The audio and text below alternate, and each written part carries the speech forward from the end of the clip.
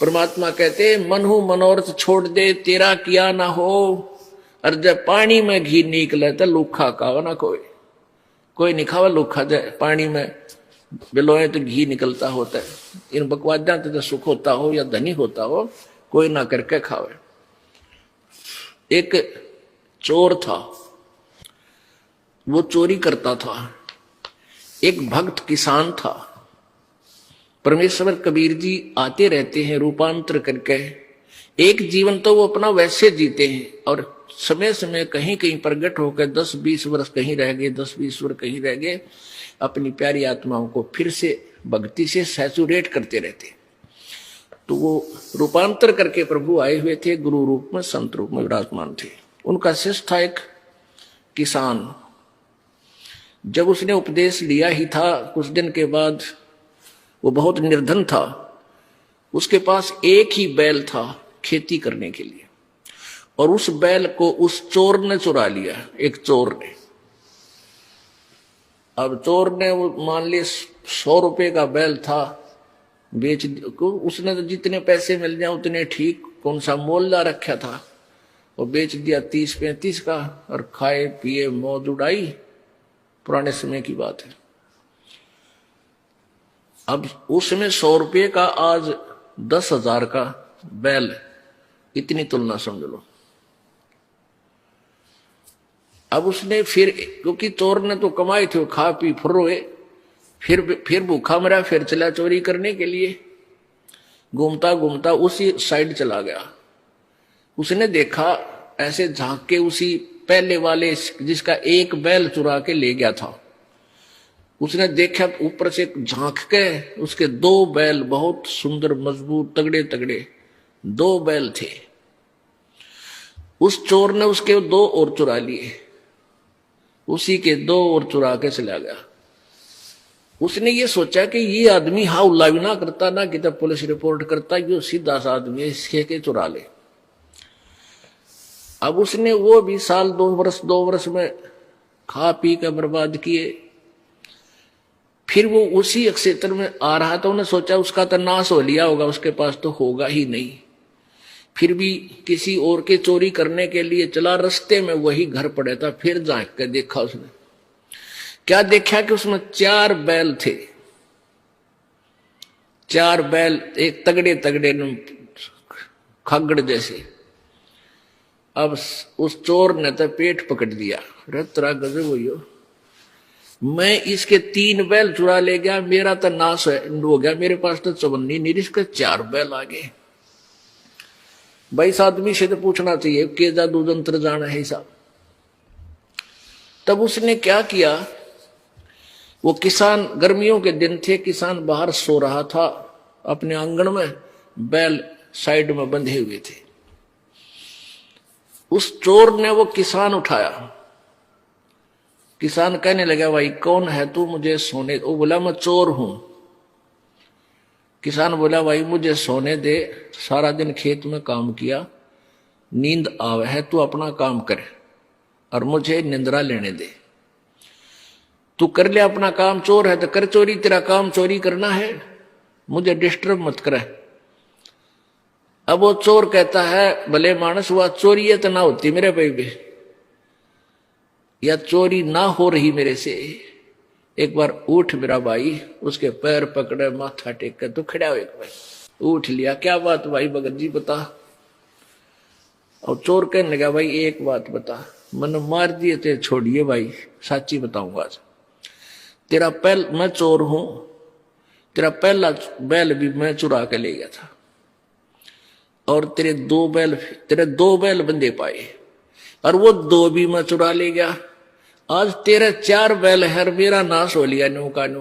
बालक भी बीमार, किसी का कुछ हो रहा, हर पैसा मेरे पास नहीं। भाई ये क्या कारण है, ये कौन सा जंतर मंत्र तेरे पास है, मुझे भी बता दे।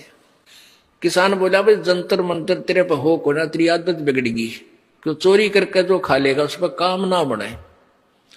नो बोला, भाई मैं कति काम जो तू कहेगा मैं वो कर लूंगा। तो उसने कहा, भले मानस, भले पुरुष, यदि चोरी करके 2 नंबर तक कोई सेठ हो तो फिर कौन करके खावे, सारे चोरी करने लग जावे। आप भाई, एक शर्त है, आप हमारे गुरु जी के पास चलो, उपदेश ले लो और ये बुराई छोड़ दो।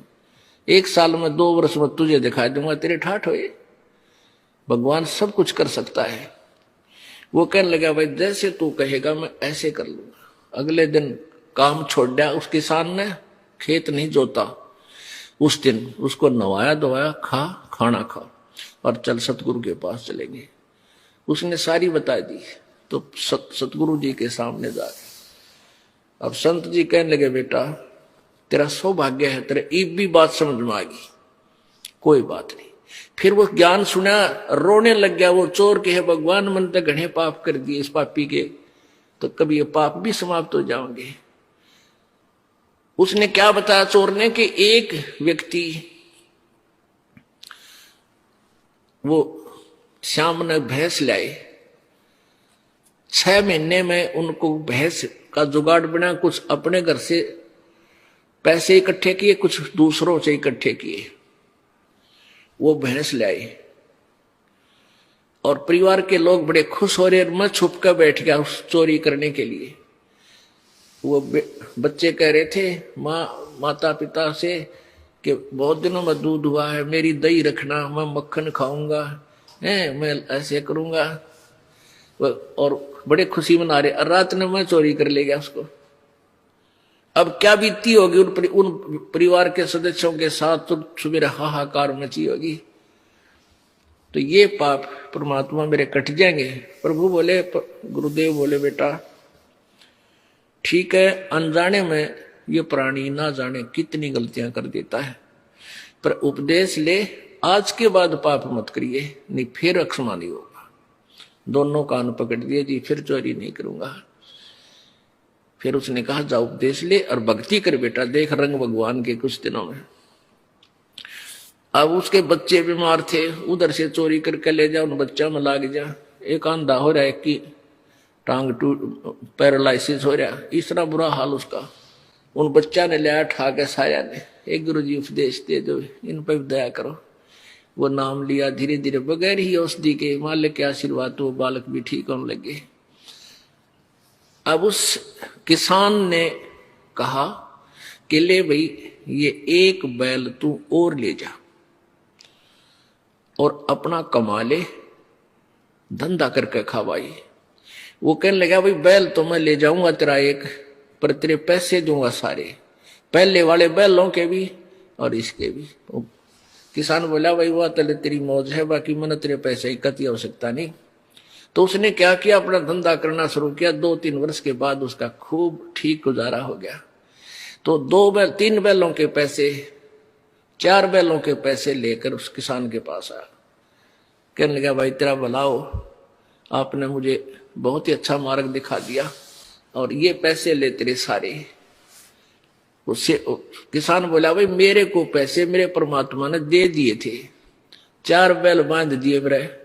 एक सीजन में इतनी कणक होगी थी मेरे पास, उन 4-3 बैलों की चोरी के भी सब में ठाठ कर दिए।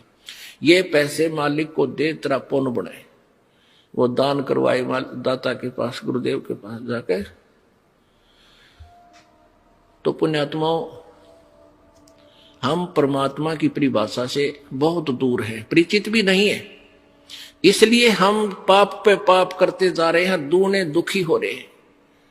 और पैसे की होड़ लगी, 2 नंबर के काम तो किसी तरह भी पैसा हो, पैसा ही पैसा दिखाई देता है संदेह प्राणी में। और पैसा भी परमात्मा बिना आपके पास आ नहीं सकता, दूना दुखी होगा।